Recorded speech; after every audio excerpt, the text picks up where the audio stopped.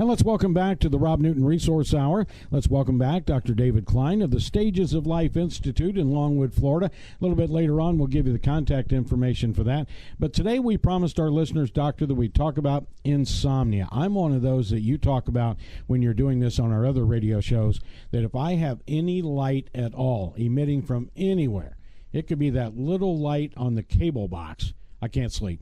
No, that'll drives me nuts. Little light, big light, it doesn't make a great deal of difference.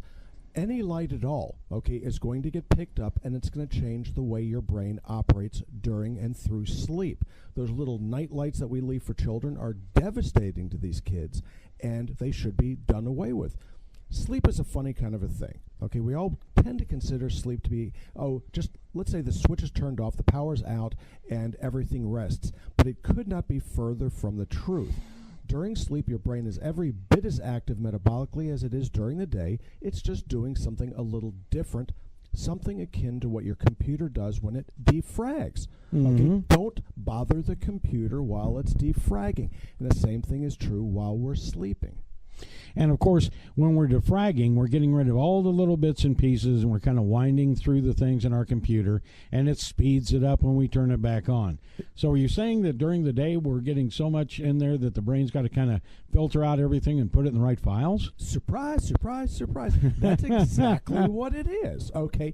Your brain is not any different from the piece of silicon under your desk or on your desktop, but for the fact it's more complicated, a whole lot more delicate, and a whole lot easier to damage. You know, it handles salt water a lot better than your laptop does, but it doesn't handle a good jar the way that those solid-state drives do anymore. You can do some serious permanent damage to that brain. Well, you can do it physically, you can do it chemically, and you can do it functionally by not getting adequate sleep. Now, the brain is supposed to go to sleep when the lights turn off. We're not any different than a rooster in that manner, not any different than the average mammal that sleeps on its feet during the day, like a horse. Okay, this is the way these things go. The lights go out in the barn, the horses go to sleep. Everything quiets down. This is an important function, okay, because the brain operates on a 24-hour clock. Some of those hours, things need to quite physically cool down. Now, your temperature goes up, and it goes down as the day goes on. It hits the coldest temperature about 4 a.m. and then slowly starts to increase until about 6 when we wake up. Then it rapidly heats up, hitting a peak between 5 and 10 p.m., and then starts to cool off yet again. Well, why does this happen?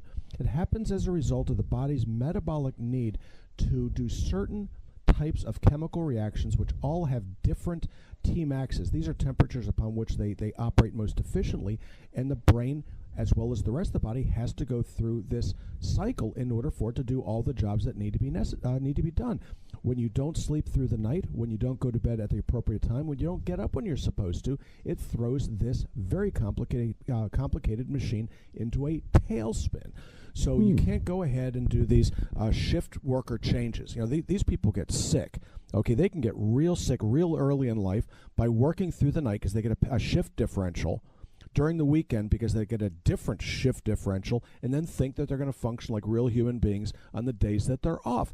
It doesn't work that way. The brain doesn't work in that manner, and illness will ensue.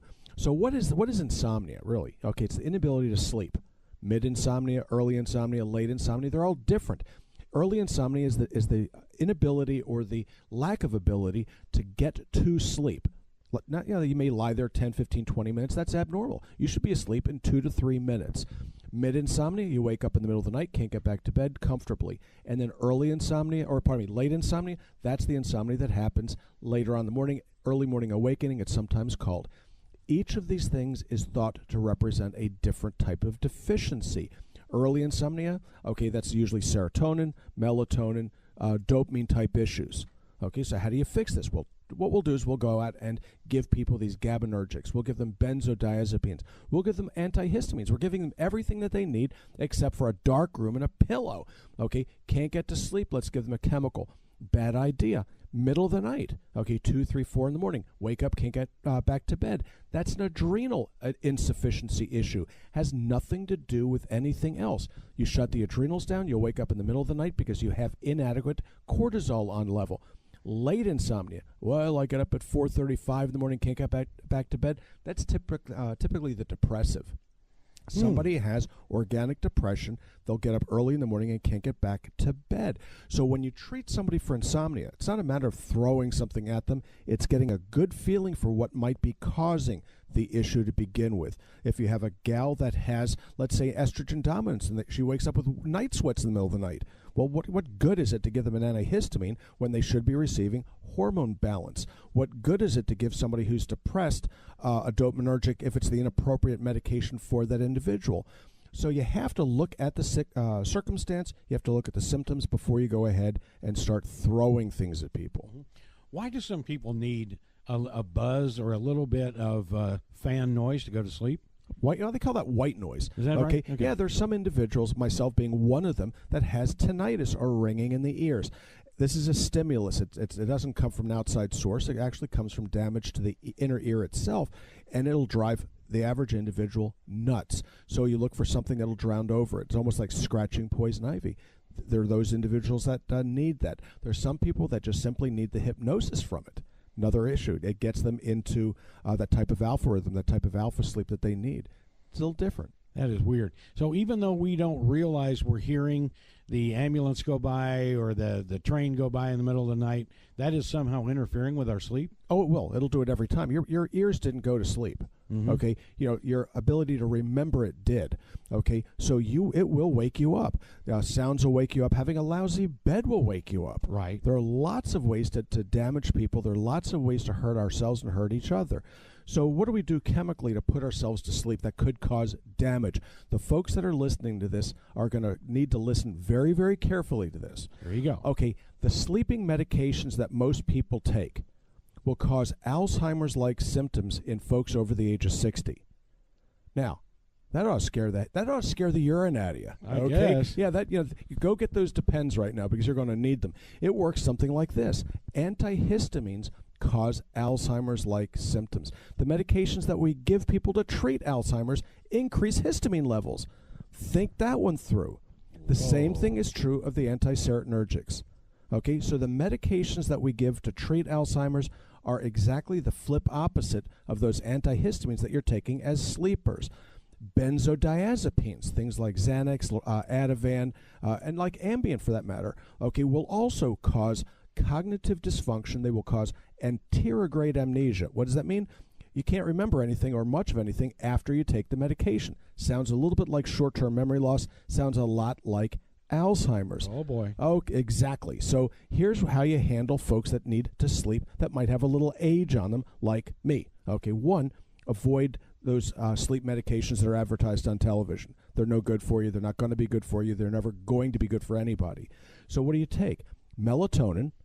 And here's the joke here. If you take enough melatonin, and the issue is melatonin, you're likely to have nightmares. These last for maybe 5 or 6 nights, a week, and then they go away. Why? Because as you start to get into a sleep cycle, the REM sleep starts to come back with a vengeance. Those nightmares are good for you. The kids in college pay a lot of money to see that stuff. Okay, what else do you take? L-theanine. L-theanine is a soporific. What does this mean? It means it will put you to sleep, but at the same time, it'll also clean your liver out. Doesn't sound like a bad idea. And then we look for things like GABA, which is short for gamma-aminobutyric acid, which actually is kind of sort of the way that the benzodiazepines and Ambien work. But they do so in a normal manner, not to disturb the chemistry of your brain. I'm liking that. You can get it at the Stages of Life, right, Robin? Absolutely. You can get it in our store, which is at 1917 Booth Circle. That's at Stages of Life in the health store, open Monday through Thursday, 8 to 5. You can pick it up on the web at our website, www.stagesoflife.net. Click on the Vitamins and Mineral tab, and you can always call the office, 407-679-3337.